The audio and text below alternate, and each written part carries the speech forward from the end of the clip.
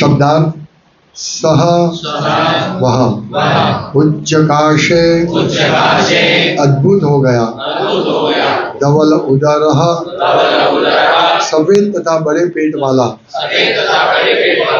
दरः शंख। अपि यद्यपि वह ऐसा है। पुरुक्रमस्य महान साहसी का। अदरशोण उनके होठों के दिव्य गुण से। शोणिमा लाल हुआ। दाद्मायमानः बजाया जाकर। करकंज संपुटे कर कमलों की हथेली द्वारा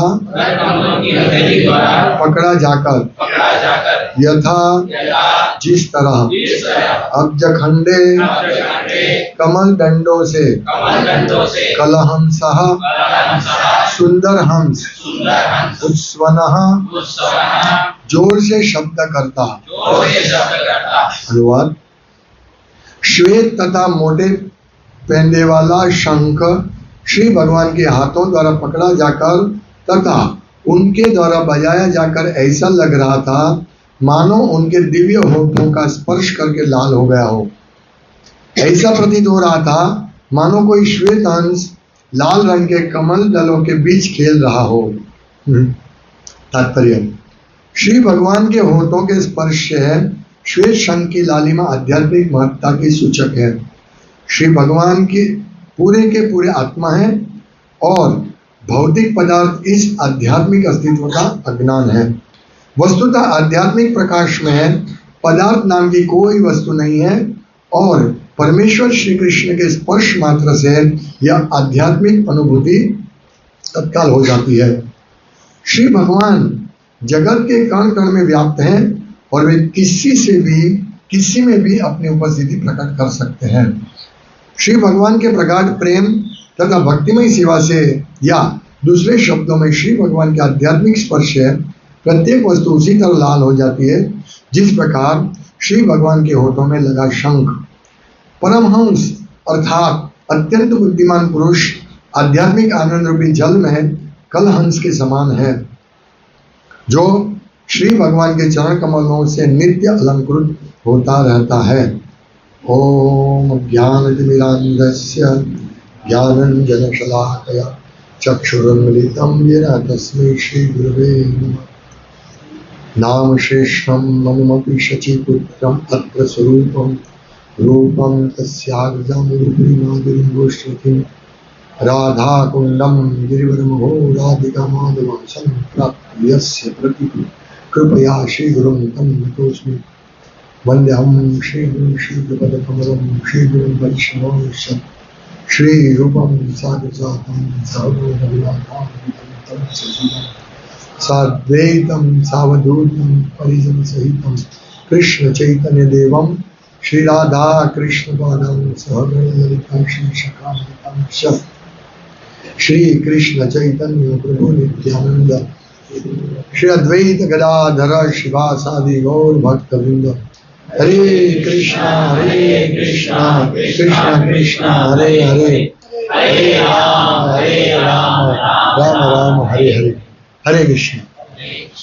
आप सब उत्साहित लालिमा युक्त लग रहे जैसे शंख। क्यों ऐसा? ऐसा क्यों?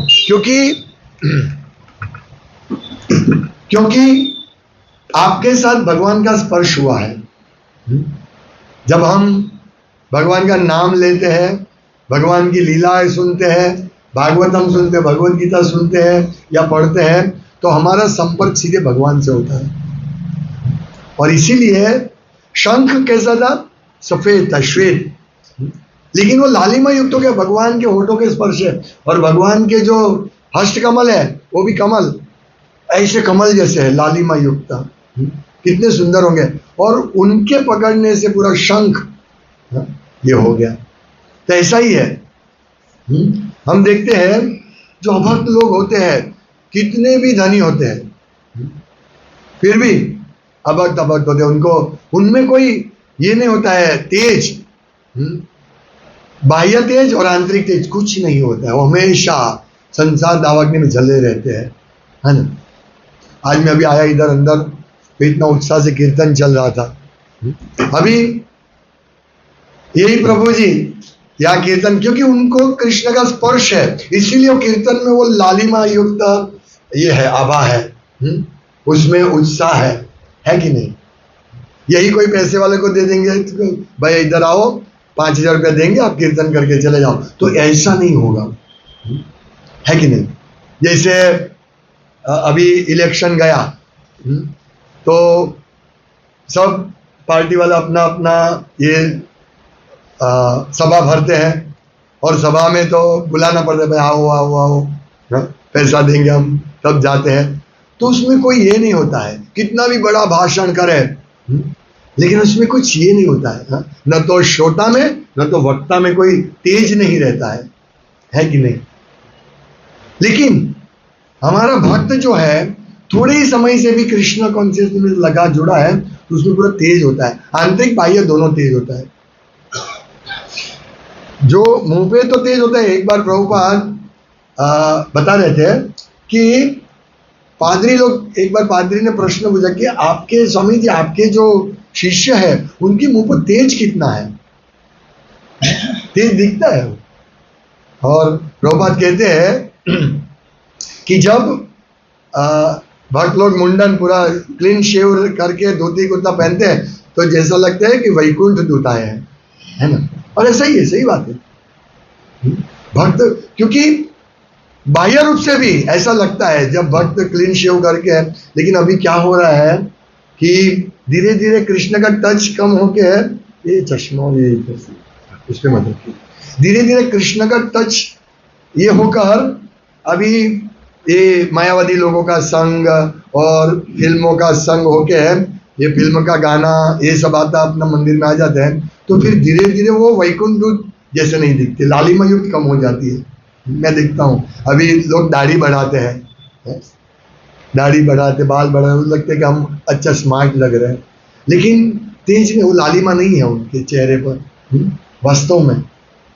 क्लीन शेव करके, और मतलब कब करेंगे हमेशा, जब हमारे हृदय में आंतरिक चेतना, कृष्ण भावना मूर्त होगी, कृष्ण चेतना होगी, तब हम ये करेंगे।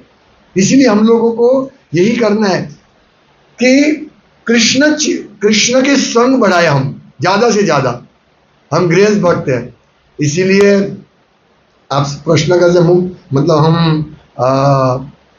इतना संग नहीं कर सकते कृष्ण का, नहीं, ऐसा नहीं है, ऐसा नहीं है।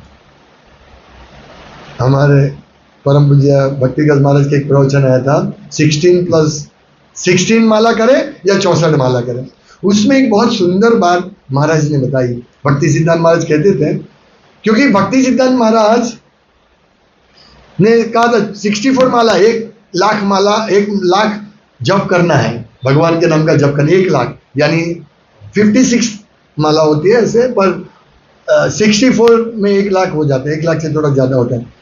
तो चैतन्य महाप्रभु ने आदेश दिया था कि 64 माला करनी है। अरे 1,00,000 लखपति के घर में प्रसाद लूंगा, चैतन्य महाप्रभु ने स्पष्ट कहा था। तो लखपति कौन है? जो 1,00,000 बार प्रतिदिन भगवान का नाम लेता है, तो लखपति के घर वो करेंगे। तो भाई हम तो लखपति है नहीं, हम तो हजारों पति है, 27,000 पति है हम, है 27,000 भगवान का नाम लेते हैं। तो लखपति के घर करेंगे, तो इसीलिए सब हमारे रूप गोस्वामी, सनातन गोस्वामी, सब आचार्य सबने 64 माला के लिए बोला है। 64 माला करते थे वो स्वयं भी। ये अभी सुधरा नहीं है क्या? चेंज कर दो पूरा। उस दिन आया तो ऐसे ही। तो 64 माला सब आचार्य करते थे। भक्ति सिद्धांत महाराज ने भी आदेश दिया था 64 माला करना। तो कभी शिष्य आते थे उनके पास और समय नहीं मिलता है, बोले आप सोना कम कर दो, प्रसाद लेना कम कर दो, 64 माला करो। बोले हम पुजारी की सेवा करते हैं, बहुत समय नहीं मिलता है। यदि आप 64 माला नहीं करेंगे तो भगवान आपका भोग ग्रहण नहीं करेंगे। महाप्रभु ने बोला है, गौर हरि ने बोला है, गौर सुंदर भगवान ने, कि आपको लखपति के घर ही मैं प्रसाद लूंगा, तो आप जो पुजारी आपको तो करना ही पड़ेगा। तो फिर एक भक्त ने कहा, फरियाद किया, सब फरियाद करते थे कि टाइम नहीं मिलता है। तो भक्ति जनमान ने कहा कि देखिए, माला करने में समय हमारे जाते ऐसा नहीं, या सेवा करने में समय जाते ऐसा नहीं है। हमारा समय कहाँ जाता है? प्रजल्प करने में जाता है। ये बहुत इंपॉर्टेंट, ये पॉइंट इंपॉर्टेंट है। तो प्रजल्प करने में हमारा समय जाता है, इसीलिए हमारा अच्छा माला नहीं होता है, ना तो हम अच्छी सेवा कर पाते हैं और नहीं हम रीडिंग कर पाते हैं। ये प्रजल्प की वजह से थोड़ा ही समय मिला, हम प्रजल्प करना शुरू कर दे, प्रभु ये प्रभु ऐसे है, वो प्रभु वैसे है, ये माता जी ऐसे है, वो माता जी ऐसे, हम तुरंत प्रजल्प करना शुरू कर देते हैं। तो ये हमारी लालिमा को कम कर देता है। प्रजल्प नहीं करना चाहिए। प्रजल्प से क्या फायदा है? हम जिसके बारे में प्रजल्प, जिस चीज के लिए प्रजल्प कर रहे हैं, उससे क्या होगा? जैसे अभी न्यूज क्या चल रहा है, भाजपा आएगी या कांग्रेस आएगा, ये प्रजल्प है। जो आपके बोलने से यदि कांग्रेस आएगी, आने वाली है, तो क्या भाजपा आ जाएगी? नहीं, इसको प्रजल्प बोलते हैं। और ये प्रजल्प हमारा समय खा जाता है कि नहीं? और उस टाइम हम क्या करते हैं? हम कृष्ण के हाथ से दूर रहते हैं। प्रजल्प यानी कृष्ण के हाथ से दूर रहना। यही हमारी तकलीफ है, हमारा समस्या यही है। भक्ति से हमारी यही बताया कि प्रजल्प करते, इसीलिए बाकी चैंटिंग भी कर सकते हैं, सेवा भी कर सकते हैं। हमारे पास 24 घंटे का मूल्य क्या हम समझते हैं? 24 घंटे। तो जो मैंने बताया कि भाई 64 माला करना चाहिए कि नहीं, वो एक बहुत लंबा, वो बहुत बड़ा लंबा विषय है, और महाराज ने 2 भाग में ये विषय समझाया है। इसलिए मैं अभी उसके ऊपर जाने, फिर हम जो 16 माला करते हैं वो प्रभुपाद के आदेश है, इसीलिए हमको 16 माला 16 पर +4 = BTG, यानी 16 माला 4 नियमों का पालन, और हम भगवत धाम जा सकते हैं, जब प्रभुपाद ने कहा है। लेकिन साथ में प्रभुपाद ने पैकेज भी दिया है, और भी, सिर्फ इतना नहीं, क्योंकि 16 +4 के साथ सेवा है, ये भी महत्वपूर्ण है। प्रभुपाद ने बोला 16 माला करो और 4 नियमों का पालन करो तो हम भगवत धाम जाएंगे। नहीं, उसके साथ प्रभुपाद ने बोला rise early in the morning, attend मंगल आरती कीजिए, सुबह जल्दी उठिए, सिर्फ प्रसाद ग्रहण कीजिए, मॉर्निंग इवनिंग क्लास अटेंड कीजिए, ये सब है। पर यदि हम ये सब नहीं करेंगे तो हमारी माला अच्छी नहीं होगी, और माला अच्छी नहीं होगी तो फिर नियम पालन में प्रॉब्लम आएगा, है कि नहीं? यदि हम साधना अच्छी करेंगे ना, तो हम धीरे धीरे ये लालिमा जो है, शंख भगवान ने पकड़ लिया शंख, और फिर तो हम भगवान के हाथ में रहे, ये बात है यहाँ। भगवान के हाथ में रहे और भगवान के अधर अमृत के स्पर्श में हम रहे। तो अधर अमृत का स्पर्श यानी क्या? प्रसाद। प्रसाद छोड़ के कुछ मत खाओ। तब यदि हम प्रसाद खाएंगे तो हम भगवान के होठ के संपर्क में रहेंगे, है कि नहीं? प्रसाद क्या है? भगवान ने ग्रहण किया हुआ भोग, उनके होठ की जो लाड़ है उनके, उसका होठ का स्पर्श करके हमारे पास आता है। प्रसाद कितनी बड़ी बात है कि नहीं? प्रसाद साधारण नहीं है, इसीलिए जैसे ही प्रसाद है तुरंत प्रणाम करके उसको ग्रहण कर लो। एक बार अपने श्री हरिदास ठाकुर सो रहे थे, नहीं, ये सार्वभौम भट्टाचार्य, तो कोई प्रसाद आया तो तुरंत वो खड़े हो गए और प्रसाद को नमस्कार किया, प्रणाम किया, और या उसके एक कण ले लिया। मतलब प्रसाद को इस प्रकार से आदर से, क्योंकि भगवान का होठ से आया हुआ है, भगवान की कृपा है प्रसाद। और हम लोग गणगौर स्वीट, फिर चवाना, ये वो दुनिया भर का घर पूरा भर के रखते हैं, इसमें है भगवान के होठ का स्पर्श नहीं है। चाहे आप गणगौर स्वीट लेके आ जाओ, भगवान को ऑफर करो, भगवान इसके होठ में लगाएंगे, वो उनके हाथ में है ना। सब चीज भगवान होठ में नहीं लगा देंगे, याद रखना। बोले हम सोचते हैं अच्छे लोगों से हमने बना, नहीं, भगवान देखते हैं ये मेरा भक्त है क्या नहीं, ये मेरे भक्त ने बनाए हैं। आप चीटिंग नहीं कर सकते। भगवान यहाँ बैठे, पीछे जाके कुछ भी बना लो आप, नहीं, और वो भी, हाँ, क्या कहते हैं, यज्ञ आशीष आसीन संतो मुच्यंते के सर्व किन्हीं से नहीं, वो पत्रम पुष्पम फलम तोयम यो में भक्त्या, 2 बार भक्ति का प्रयोग करते हैं, मतलब भगवान को अर्पण करने भक्ति से, और भक्ति से बनाया हुआ। ये बात है। इसीलिए प्रसाद के अलावा कुछ मत खाओ। यदि आप प्रसाद खाते हो तो भगवान के होठ के साथ संपर्क में रहेंगे, शंख की तरह। कितना शंख भाग्यशाली है, भगवान के स्पर्श में रहे। हम भी भाग्यशाली है, हम शंख जितने भाग्यशाली है यदि हम प्रसाद ग्रहण करेंगे, और लाली आएगी हमारे चेहरे पर। अभी देखो मुसलमान लोग होते हैं, उसका मुंह देखो काला काला होता है, हाँ, कोई तेज नहीं लेता है, जानवर जैसा लगता है वास्तव में, और वो इतने डर लगता है कि नहीं। और भक्त को मिलो तो सौम्य है, कैसे सौम्य लगते हैं। मैं हमारा कल ये चल रहा है 3वें स्कंद में, महात्मा विदुर यात्रा पर जा रहे हैं और वहां उनको उद्धव जी मिले, और उद्धव जी मिले तो उद्धव जी को दर्शन करके इतने प्रसन्न हो गए। उद्धव जी उनके पुत्र समान थे, क्योंकि कृष्णा के चचेरे भाई है, और महात्मा विदुर पांडु के भाई है, तो पांडु उनके फुआ होते हैं, फूफा, तो इसीलिए पुत्र समान थे। लेकिन जैसे उनको दिखा तुरंत उन्होंने प्रणाम किया, किसने, उद्धव जी ने, क्योंकि वो छोटे थे ना पितृ, नतमस्तक होकर, और उद्धव जी ने उनको आलिंगन दे दिया, और इतना सुंदर, मतलब इतनी प्रसन्नता हुई महात्मा विदुर को उद्धव का दर्शन करके। तो ऐसे ही भक्तों का दर्शन करके प्रसन्नता होनी चाहिए, ये बात है, क्योंकि उनको भगवान का स्पर्श है, उनका तेज है। तो ऐसा नहीं भक्त को देखिए, नहीं, ऐसा नहीं करना चाहिए, ये शिक्षा लेनी है हमको। हाँ, तो कैसे खुश होते हैं महात्मा विदुर, ओ मुझे भक्तों का संग, इतने महान भक्त मुझे मिले, हाँ, कृष्ण के संग में। हालांकि वो स्वयं यमराज के अवतार थे और स्वयं भगवान के शुद्ध भक्त थे, लेकिन वो धृतराष्ट्र को पॉलिटिकल मैटर में पड़े थे, हाँ, इसीलिए वो अपने आप को पापी समझते थे। तो भक्त का ये दोनों भक्तों से सीखना है। विदुर अपने आप को पापी समझते थे, जबकि वो महात्मा थे। वो जहां तीर्थ में जाते वहां उसको उसको पवित्र करने वाले थे महात्मा विदुर। फिर भी देखो उनको देख के हो आप धन्य है, मेरा जीवन धन्य हो गया। इस प्रकार की भावना होनी चाहिए भक्त को मिलकर।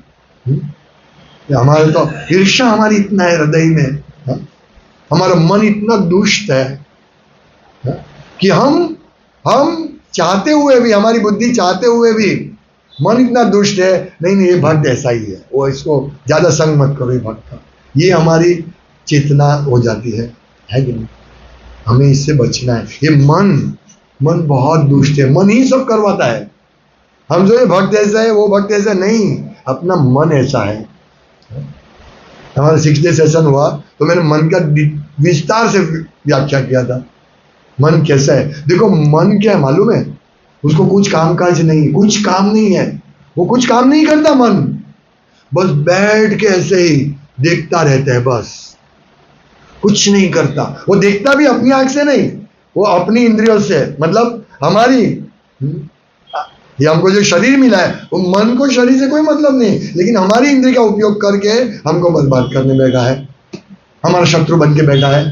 आंख से देखते हैं, क्या देखता है, कृष्ण का दर्शन करता है, नहीं कृष्ण मंदिर जाना नहीं है, अभी इधर देख लेते हैं बाहर क्या हो रहा है, अभी थोड़ा टीवी देख ले, उसमें मजा आ रही है। देखो मन क्या थिंकिंग फीलिंग विलिंग, और कुछ नहीं करता, मन फंसा देता है हमको। कोई सुंदर लड़की को देखा, थिंकिंग, वो क्या सोचते हैं, देखो उसके पास जाओ और उसके साथ बहुत आनंद आएगा, तो मन सोचता है ऐसा, थिंकिंग। फिर वो फीलिंग क्या करते हैं, ओ ऐसे सुंदर सी देखते हैं हम, कितना मजा आता है, पिक्चर देखने जाते हैं, हीरोइन देखते हैं, अभी ये हीरोइन जैसी अपने सामने आ गई है, थिंकिंग फीलिंग, फिर विलिंग, यस जाओ। फिर हम लोग जाएंगे हम लोग मतलब वो कोई युवा जाएगा और बोलेगा ओह आप कितनी सुंदर, एक चाटा गिरेगा उसको, है मेरी मशक्कत करने आया। अभी मन क्या किया, मन मैं क्या करूं भाई, मन कुछ नहीं बोलेगा, है कि नहीं? ऐसा है, मन बोलते तुमको मारा ना, जब उसके ऊपर एसिड डाल दो। ये मन का काम है, मन इतना दुष्ट है, समझ लो। अभी वो मन को सवै मनः कृष्ण पदारविंदियो, इस मन को सबसे पहले कृष्ण के चरण में लगाना है। यही बात है, ये हम सबसे पहले एक्शन लिए ले कृष्ण को मन में। अभी हम तो 10 बजे ऑफिस जाने, 11 बजे फट फट फट भागेंगे, व्यापार करने लग जाएंगे, कैसे मन को लगाए? इसके लिए भगवान भगवद गीता में बहुत सुंदर आइडिया देते हैं। हाँ? सततम कीर्तयन्तो माम यतन्तश्च धृतत, सतत कीर्तन करो। ये कैसे हो सकता है? हम तो अभी असतत कर रहे हैं, सतत नहीं कर रहे। लेकिन अभ्यास, मन को तो मारना पड़ेगा, है? कोई गुंडा है, गुंडागिरी करता है तो सब मिलके उसको मारते हैं ना, इसलिए ऐसा करना पड़ेगा। कैसे? खुद मारो मन को और सबको बोलो मेरे मन को मारो, इस प्रकार से मन को। तो मन आप सतत कीर्तन करने जाएंगे ना, तो ऐसे ही वहां न्यूज़पेपर है, हो अभी ये सब हो गया, हाँ यहाँ पे राजकोट में इतना भयंकर घटना हुई, सब मन अपने उसमें चला जाएगा। हमको उसको पढ़ने में अच्छा लगेगा, कीर्तन करने में अच्छा नहीं लगेगा। यानी प्रजल्प जो हो गया हो गया, हम इसकी निंदा नहीं करते हैं, लेकिन ये होने वाला है, हमारे साथ भी कभी हो सकता है, हम भी तैयार रहना चाहिए। जब तक्षशिला में हुआ, यहाँ बराचा में भी ऐसा ही हुआ था, बच्चे जिंदे जल गए। तो तक्षशिला में जब हुआ, तब ये बच्चों ने सोचा नहीं था कि हमारे साथ भी ऐसा होगा। ऐसे ये बच्चों का हुआ, हम सोचते हमारे साथ तो नहीं हुआ, लेकिन हमारे साथ कभी भी कुछ भी हो सकता है, कुछ भी हो सकता है। संसार दावा नहीं है, कोई आग लगाने नहीं जाता। प्रभुपाद कहते जंगल में अपने आप आग लग जाती है, घास ये बांस के घर्षण से। इसीलिए हम लोगों को हमेशा तैयार रहना है इस चीज से। लेकिन मेरा कहने का क्या है, मन हमेशा ऐसी चीज ढूंढेगा, अपने ही आंख, कान, नाक, जीवा, स्पर्शेंद्र का उपयोग करके वो हमको ही बर्बाद कर रहा है। यानी हमारे पैसे से हमारे सामने ये कर रहा है। कोई धनी आदमी है, उसका पैसे लेके पिस्तौल लेके वो धनी का मर्डर कर रहा है। ए मन बिल्कुल ऐसा है, हमारी सब चीज वापरता है, हाँ? पूछे भी ना, हमको पूछता नहीं है। मन को कायदे से क्या पूछना चाहिए, बुद्धि को पूछना चाहिए। लेकिन बुद्धि बैठ गई है, नहीं करो मजा, तुमको करो, बुद्धि बैठ गई है। इसलिए बुद्धि को जगाने, चेतना, बुद्धि को, वास्तव में बुद्धि का स्थान क्या है? मन के ऊपर है, और बुद्धि के ऊपर आत्मा है। लेकिन आत्मा बेचारा क्या करेगा? मन ही इतना भयंकर है, इतना बड़ा गुंडा जैसा है, और ये छोटा बालक क्या करेगा? बैठ जा, बैठ। हाँ, डर गया, डर मन क्या करेगा? मेरे बेचारा डर गया ना। हमारा मन ऐसा ही है। क्षमा करना बेटा, है? तुमको मजाक करा था ऐसा। वो रोएगा, है शायद नहीं रोएगा, इसको बोले तुमको मजाक है। तो मन ऐसा है, देखो रुला दिया बेचारे को, है कि नहीं? मैंने ऐसे मन हमको और रोज रुलाता है, हमको मालूम नहीं पड़ता है, रुलाता है हमको, बहुत रुलाता है। क्यों रोना पड़ता है? कृष्ण भक्ति नहीं करते हम, इसीलिए रोना पड़ता है। सततम कीर्तन तो नहीं करते, इसीलिए रोना पड़ता है। तो ऐसा नहीं कि मैं पूर्ण रूप से 24 घंटा करता हूँ, मैं भी फाइटिंग कर रहा हूँ। अभी थोड़े समय से मैं यही कि भाई कहीं भी जाओ, कुछ भी करो, स्नान करते, सोने टाइम, कुछ भी समस्या, हरे कृष्ण बोलते रहो। भूल गए वापस बोलो, भूल गए वापस बोलो, भूल गए वापस बोलो। इस प्रकार से हमें कृष्ण के हाथ में रहना है, नहीं तो गड़बड़ हो जाएगी। अचानक हमारा मृत्यु आ जाएगा, मालूम भी नहीं होगा हमको। देखिए कैसे होगा। और ऐसा मत समझो हम ऐसे ही रहेंगे, मृत्यु की तो आएगा ही, लेकिन व्याधि, हाँ, बीमारी भी आएगी तो क्या करेंगे? जैसे हमारे टेम्पल प्रेसिडेंट वृंदावन दास प्रभु को जीवा का प्रॉब्लम हो गया, मतलब कुछ नस ब्लॉक हो गई है, तो अच्छी तरह बोल नहीं पाते, उच्चारण नहीं कर पाते। एक बार मुझे बता रहे थे पिछले 15 दिन पहले, तो मैं जब नहीं कर पाता हूँ, क्या करूँ मैं? तो वो आप मन में तो स्मरण करते, आप तो इतने महान भक्त थे, आप मन में स्मरण कीजिए। मुझसे सलाह ले रहे, वही हमको सिखाते थे। तो कहने का तात्पर्य, हमारा कभी भी कुछ भी हो सकता है, कुछ भी हो सकता है। वो मालूम है, मोहम्मद अली एक बॉक्सर था, आपको मालूम होगा, बड़े लोगों को मालूम है। वो 1 नंबर बॉक्सर था, वर्ल्ड चैंपियन था। और जब उसके बुढ़ापे में उसको पार्किंसन का बीमारी हो गया, एक कप नहीं उठा सकता था, ऐसा हो गया। सोचिए, अभी ऐसी हालत हमारी भी हो सकती है कि नहीं? हमारे एक मंदिर के एक प्रभु जी है, मेरे मित्र खास, उनको ऐसा हो गया लेफ्ट राइट साइड में पार्किंसन का बीमारी। देखिए, हम कभी भी ऐसे हो सकते हैं। लेकिन यदि हमारे में लालिमा आ गई, तो पार्किंसन होने दो, हार्ट अटैक होने दो, बीपी होने दो, यूपी होने दो, एमपी होने दो, कुछ भी होने दो, कोई प्रॉब्लम नहीं होगी। लालिमा है ना, भगवान ने पकड़ के रखा है ना शंख, कुछ नहीं होगा, हम रहेंगे। लेकिन उससे पहले हमको ये सब अटैक कर, उससे पहले अच्छे लेवल पर पहुंच जाओ।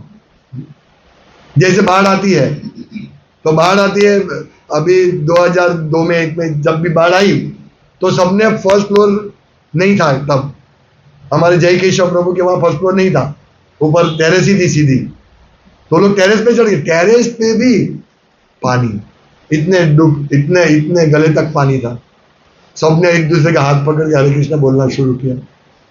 ऐसी स्थिति थी। तो हम भी ऐसी स्थिति में आ सकते हैं। तो यहां पानी आ गया तो हम ऊपर चले जाएंगे, है कि नहीं? अभी सब वहां 2 मंजिले का ही बनाते हैं, 2 माले का, ग्राउंड फ्लोर पार्किंग रख दिया। डूबेगी तो कार डूबेगी, हम तो सेफ रहेंगे, है कि नहीं? व्यवस्था करते हैं ना सब, तो हम क्यों व्यवस्था नहीं करते भाई? हम भी डूबने वाले, कभी भी आग में फंसने वाले, कभी भी जलने वाले हैं। ये शरीर जलने वाला है कभी भी।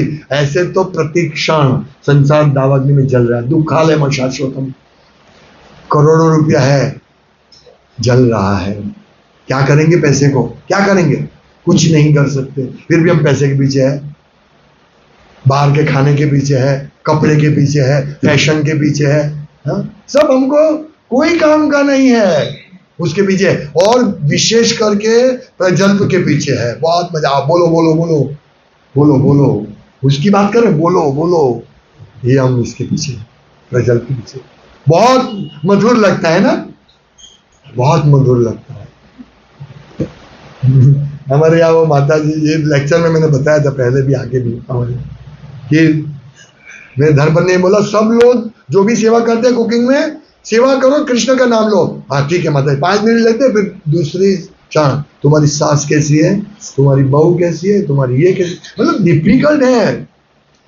हाँ, ये ज्ञान है कि हमको भगवान का नाम लेना, लेकिन विज्ञान करना, प्रैक्टिकल लाना बहुत मुश्किल है। ऐसा सरल मत समझो। तो बहुत बढ़िया लेक्चर आया, लेकिन ये ज्ञान है सिर्फ, इसको विज्ञान में लाना है। बहुत चैलेंजेस आएगी।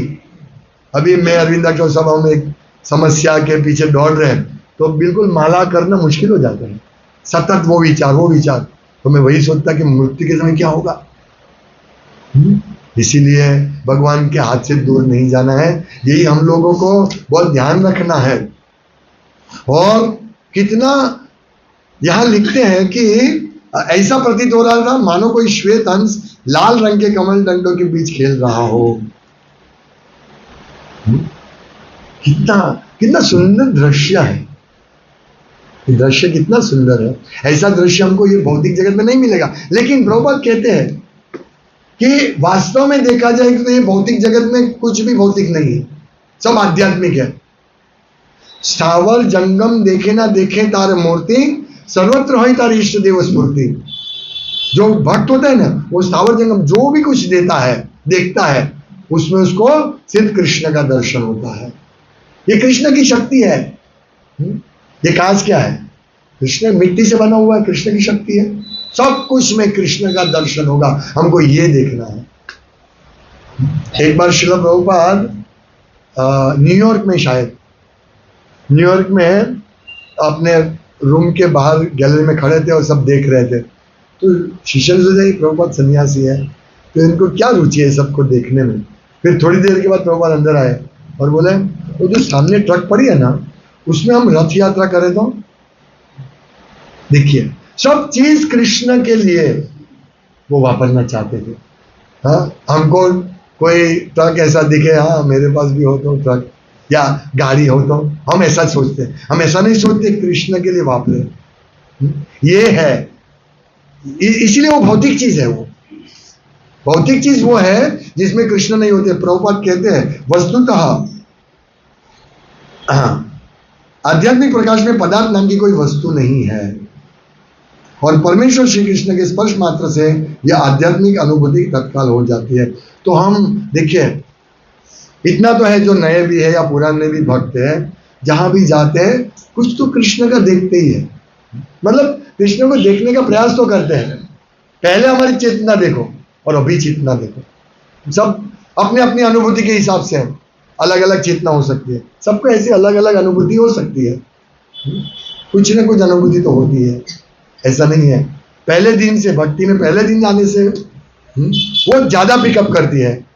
मैं बताता हूँ अपने भक्तों को कि नए नए भक्त इतना चाहिए प्रभु सेवा बोलो क्या करनी है, मुझे तो सब, मैं तो 24 घंटा कृष्ण कृष्ण ही बोलता रहता हूँ, कृष्ण के अलावा मुझे स्मरण ही नहीं होता है और मैं माला गिनता भी नहीं हूँ। ऐसा उत्साह रहता है, करता ही रहता हूँ करता ही रहता हूँ करता ही रहता हूँ। फिर 4 साल के बाद बोले हाँ प्रभु 16 वाला होती है, धीरे धीरे उत्साह से। फिर सेवा के लिए बोलेंगे प्रभु अभी थोड़ा काम है, बाद में सेवा करते। पहले नए आते तो क्या बोलो प्रभु आदेश दो। हाँ, मैं अपने भक्तों को नए नए भक्तों को ऐसे ही बोलता हूँ, अभी आप है ना सेवा के करते हो, यस प्रभु करेंगे। हाँ, लेकिन 10 साल के बाद जब मैं आपको रात को 12 बजे बोलूँ प्रभु ये सेवा करनी है, प्रभु अभी जस्ट सोया मैं, कल करूंगा, नहीं चलेगा। ऐसा प्रश्न नहीं होना चाहिए। हमको ऐसे बनना है। मन बोलता है सोने दो, लेकिन नहीं, चलो प्रभु बोलो क्या, हमको ये लेवल पर जाना, हम ये लेवल पर नहीं है, हमको जाना है। ये लेवल पर जाना है, तभी हम सब चीज को आध्यात्मिक देखेंगे। तो यही प्रभुपाद कहते हैं कि परमेश्वर के स्पर्श मात्र से यह आध्यात्मिक अनुभूति तत्काल हो जाती है। श्री भगवान जगत के कण कण में व्याप्त है और वे किसी में भी अपनी उपस्थिति प्रकट कर सकते हैं। हिरण्यकशिपु को कहीं नहीं दिखे भगवान, बोले मैं ही भगवान हूं। जब प्रहलाद को लग आए बेटा क्या पढ़ के लाया हो, भगवान विष्णु का श्रवण कीर्तन करो, तुरंत गुस्से हो गया, तुम ये पढ़ के लाए, भागो यहां से। उनके टीचर को बोले क्या सिखाया उनको, ये सब सिखाए। फिर वापस भेजा उनको। इस स्कूल में हम अपने बच्चे कैसे भेजते हैं, चल जा स्कूल पे जा, 10वां पास हो गया, 11वें में जा, 12वें में जा, फिर कॉलेज जा, हम उसको भेजते ही रहते हैं। वो क्या पढ़ते हैं वो नहीं देखते हैं। बेटा क्या पढ़ा पूछा कभी नहीं, श्रवणम कीर्तनम विष्णु नहीं पढ़ा। ये सब युवान भाग्यशाली है कि उनके बाप भेज देते, जाओ बेटा क्लास में जाओ, यही सही क्लास है, यही शिक्षा सही है। फिर भाई जीवन यापन का क्या होगा, वो भी एक प्रश्न है ना। देखिए कृष्ण सबका पालन पोषण करते हैं, अपना जो भी है अपनी आजीविका वो भगवान दे देंगे। पर हम लोगों को ऐसा नहीं जानते कि 7 पीढ़ी खाए बैठे बैठे ऐसा पैसा प्राप्त करना चाहते हैं। इसीलिए हम बच्चे को बोले बच्चा खूब पढ़ो, मैं बैठा हूं, जाओ अमेरिका जाओ। अभी मैंने कहीं पे बहुत पढ़ा कि 1 करोड़ पढ़ाई करने के लिए, बच्चे को पढ़ाई करने 1 करोड़ से कम लोन नहीं मिलेगी। यहीं पे मैंने पढ़ा, बहुत ऐसा है। 1 करोड़, फिर पूरा जीवन हम ये पढ़ेंगे, फिर हमारा बच्चा ऐसा मर जाएगा, वो चलेगा, वो चलेगा, लेकिन उसको भक्ति में नहीं, भक्ति की आग में मत लगाओ। वो ये आग में भस्म हो जाएगा, गेम जोन की आग में वो चलेगा हमको। हम लोग ऐसे हैं, इसीलिए हमको ये सब। हाँ, तो हमारा बात चला, तो उन्होंने भेजा, फिर वापस आए, बेटा क्या सीखा तुमने, तुम्हें शक्ति कहाँ से मिलती है। तो बोला पिताजी आप जिससे शक्ति प्राप्त करें और जगत के सभी लोग जिससे शक्ति प्राप्त करते हैं वही मेरी शक्ति अस्रोत है, वो विष्णु है। खत्म बात। इतना गुस्सा हो गया, इतना गुस्सा हो गया, पूरा मारने का, पूरा मार डालने का सब ये किया, मरे नहीं। इतना फ्रस्ट्रेट हो गया हिरण्यकशिपु। सोचो, मुझे आप पसंद नहीं है, मैं आपका गला घोट दूंगा, मारूंगा, ऐसा करके। आप नहीं मरेंगे तो मैं कैसा फ्रस्ट्रेट हो जाऊंगा, तो मारना ही है, मुझे मार डालना है। इतना फ्रस्ट्रेट हो गया, एक छोटा बच्चा, 5 साल का बच्चा फ्रस्ट्रेट हो गया। उसको कुछ नहीं, फ्रस्ट्रेशन के अलावा कुछ नहीं दिखता है प्रहलाद, हिरण्यकशिपु को। और प्रहलाद को पूछे, कहाँ है तुम्हारे भगवान? सर्वत्र मेरे भगवान, ये देखो। और भक्त जिनको भगवान नहीं दिखते और हिरण्यकशिपु है। आप लोग नहीं है, क्योंकि आपको दिखते हैं, आप हर रोज आते हैं, आपको दिखते हैं, लेकिन जिसको नहीं दिखते हैं वो हिरण्यकशिपु है। कहाँ है भगवान? और प्रहलाद को सब जगह दिखते हैं। कौन ये खंबे में है, हाँ, इसमें क्या आश्चर्य है? और उनको पूरा भगवान दिखते थे प्रहलाद को। ये खंबा भगवान की शक्ति है, ये कांच भगवान की शक्ति है। भगवान कांच से भी प्रकट हो सकते हैं, कहीं पे भी। यही प्रभुपाद बताते हैं, भगवान कौन कण में है, और वे किसी में भी अपनी उपस्थिति प्रकट कर सकते हैं। और भगवान, प्रहलाद ने बोला यस है। अंडांतरस्थ परमाणु चांतरस्थम गोविंदमादि पुरुषम। ये भगवान विराट ब्रह्मांड में भी और एक कण में भी है। वो गोविंद के मैं भजन करता हूं, तुरंत नरसिंहदेव भगवान प्रकट हो गया। यस, अपना प्रहलाद के वचन पर सच करने के लिए भगवान प्रकट हो गए खंबे में से। बोलिए, ये है हमारे भगवान। और हमें विश्वास नहीं है। प्रहलाद को में विश्वास रखो, भागवतम में विश्वास रखो, भगवत गीता में विश्वास रखो, प्रसाद में विश्वास रखो, हरे कृष्ण महामंत्र में विश्वास रखो, भगवान के दर्शन में विश्वास रखो, भगवान प्रकट होंगे।